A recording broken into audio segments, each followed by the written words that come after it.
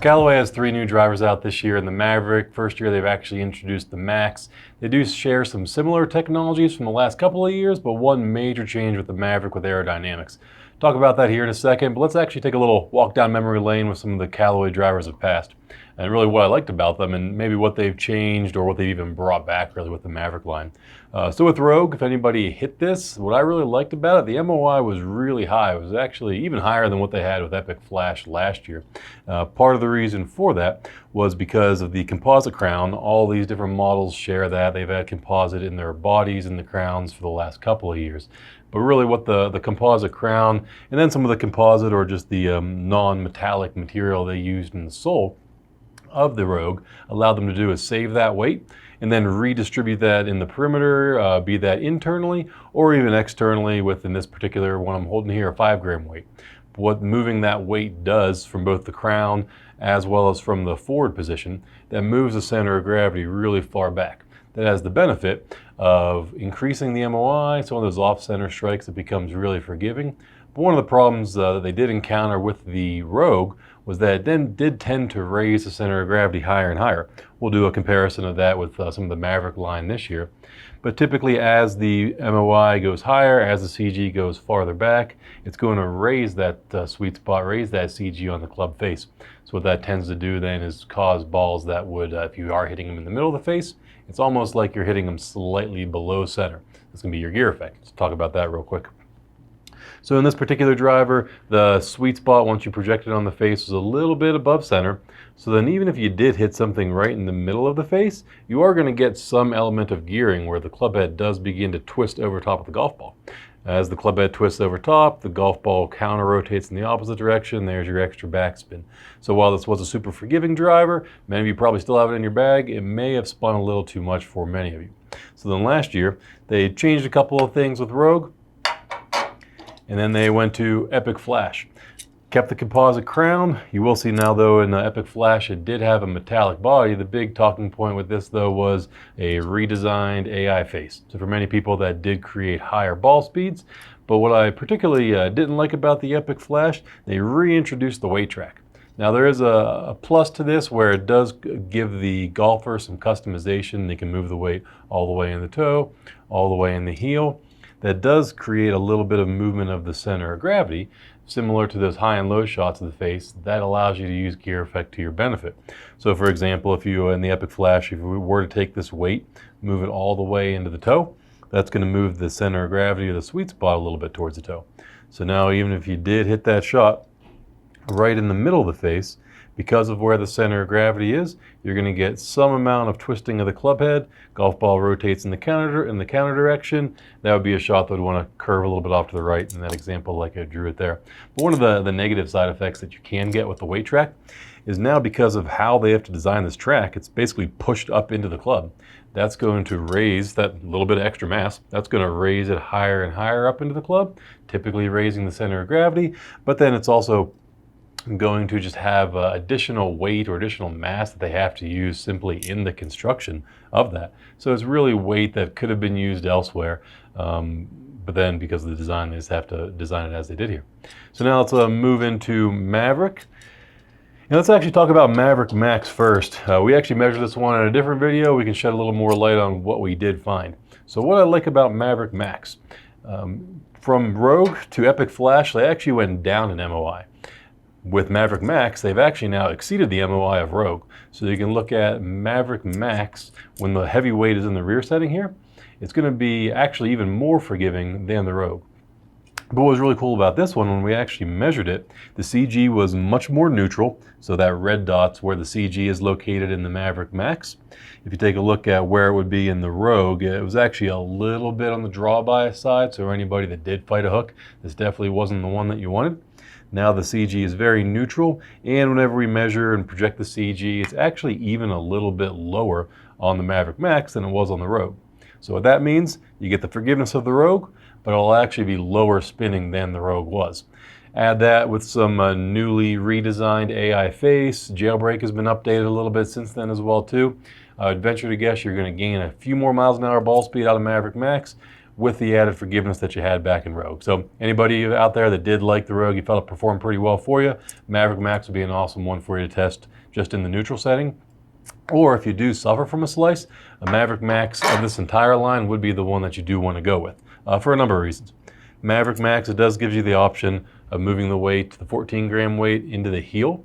And that gives you about 5.5 millimeters of CG movement. Now, it might not sound like a lot, but back in Epic, even before Rogue, the original Epic, they tested 4 millimeters of CG movement, was about 20 yards of ball flight dispersion. So with 5.5 millimeters, you will imagine it's going to be even a little bit more than that. But additionally, what makes Maverick Max much different than Maverick or Maverick Sub Zero is that the face projection isn't nearly as great. You can think of face projection just as offset in your irons, or it's even the exact opposite with the driver. Because of the way that drivers are designed, the face in the sweet spot actually sits in front of the shaft. So you think about how your irons work and take a look, the sweet spot of the iron actually sits some amount back of the club shaft, as well as the leading edge does as well too. That just makes it a little bit easier to fight your slice or to maybe even draw those. Part of the reason why people tend to slice their drivers, among other reasons just the length, is because the sweet spot, or the club face, even sits several millimeters in front of the shaft. So what they did in Maverick Max relative to Maverick and Maverick Sub Zero is that the amount that the face is sitting in front of the club shaft just simply isn't as much. It's a handful of millimeters more back. That's going to be just one element, as well as the draw setting, moving the CG into the heel. That's going to help to make this driver a little more draw biased when you do set it up that way. So just think about the way that would work. Again, it's only a couple of millimeters into the heel, but now if you were to hit this shot right in the middle of the face, there is still going to be some amount of gearing where the club head's going to want to twist. Golf ball twists towards that green dot, towards the sweet spot, and that can be enough to at least fight that slice, maybe turn it into a nice little fade for you. So if you just look at the two, the profile from the top with the Rogue versus the Maverick Max, it's almost identical. So think of it as the updated Rogue, higher ball speeds. And again, if that was the driver, the Rogue, that worked really well for you, I would definitely give Maverick Max a try. Now let's work our way into Sub Zero. We're going to save the new Maverick for last.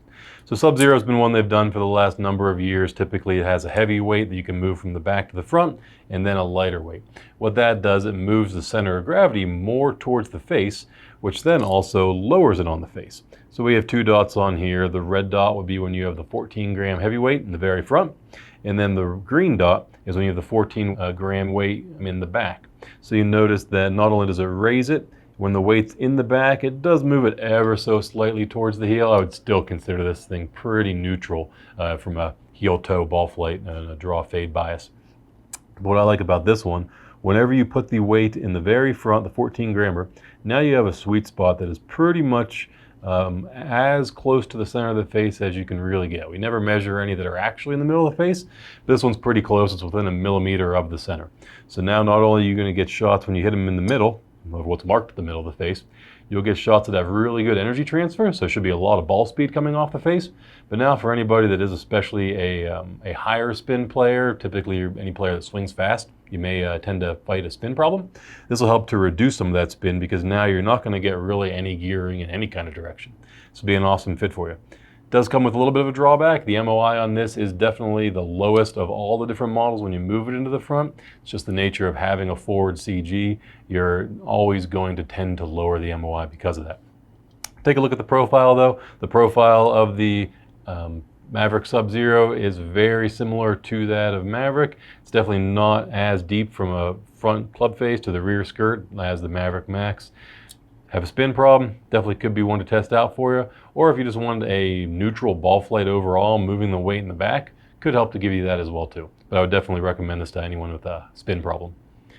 Now the newest one, this is the one that just looks the most different from the rest of them. If we can get a pretty close-up profile shot here, maybe just even do the Max versus the Sub Zero, you can see two very different looks to the very back of the club. With Maverick Max, this is very similar to what Nick would have talked about in the sim video, where the rear of the club is very low to the ground, keeps the CG low and back, can come with a spin problem, as well as an aerodynamics problem. So now what Callaway has done this year with Maverick, they've done the exact opposite. Now the rear of the skirt slopes up very quickly. This has the benefit of helping make the club more aerodynamic, get another mile an hour or two of club head speed. If you're a high club head speed player, you're probably going to benefit even more from that. But one of the potential drawbacks you can get is now that moves the CG, or the weight that's in the back of it, that moves that higher and higher. So we do tend to find with this model, while it is very ball flight neutral, it doesn't really favor the heel or the toe at all, it does have one of the higher CGs. Try to get all these guys in here. It does have one of the higher CG locations of all of these. So relative to each of these, the Maverick, you might even have to play a slightly lower loft when compared to these two.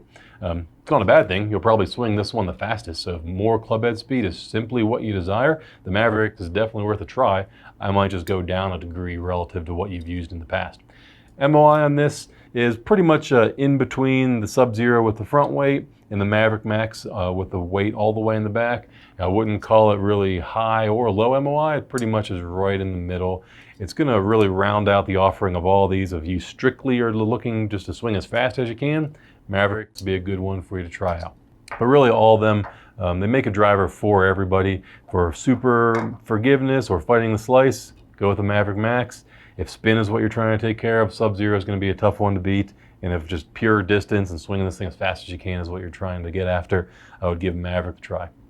We're going to talk about some more drivers. If you want to learn more about Mizuno, learn more about TaylorMade, take a look at our other videos.